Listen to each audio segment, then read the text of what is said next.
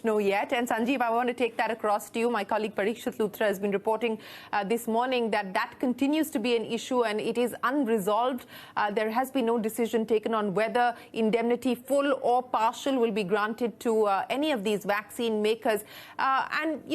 While we heard from both Pfizer as well as Moderna saying that they're in talks with the Indian government, Pfizer so far has clearly not applied for an emergency use authorization, even though Moderna has been granted one. How do you see this building into the Indian vaccine pipeline moving forward? And what do you believe is now the best way to approach this indemnity issue?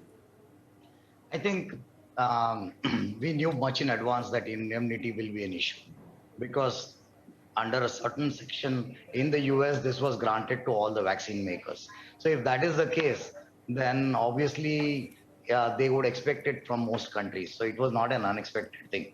We are maybe going too slow on it. We need to find a way out. This is not an unwanted demand or an unexpected or something out of the world demand that vaccine makers are making. So therefore, we have to find a legal solution. And the earlier we find, the better it is. Because my belief is that having studied Moderna and Pfizer in children, it might be useful that we might, if we are able to make a deal on them for the case of at least 12 to 18-year-olds, we will be able to open schools much faster than what we can currently look at. Therefore, we have to ensure that we solve this legal hurdle. It is not going to be easy, that's for sure, because anything you do in a democracy, in a noisy democracy, there are going to be questions. But for the sake of the nation and sake of our children, we should rather do it earlier than later. There are ways around it to do it. For example, if they want complete indemnity, first of all, what happens to the COVAX deal? Based on COVAX, at least the donation should come through indemnity, which is applied through in the international markets. Then the second would be to see, okay, what kind of indemnity can be granted.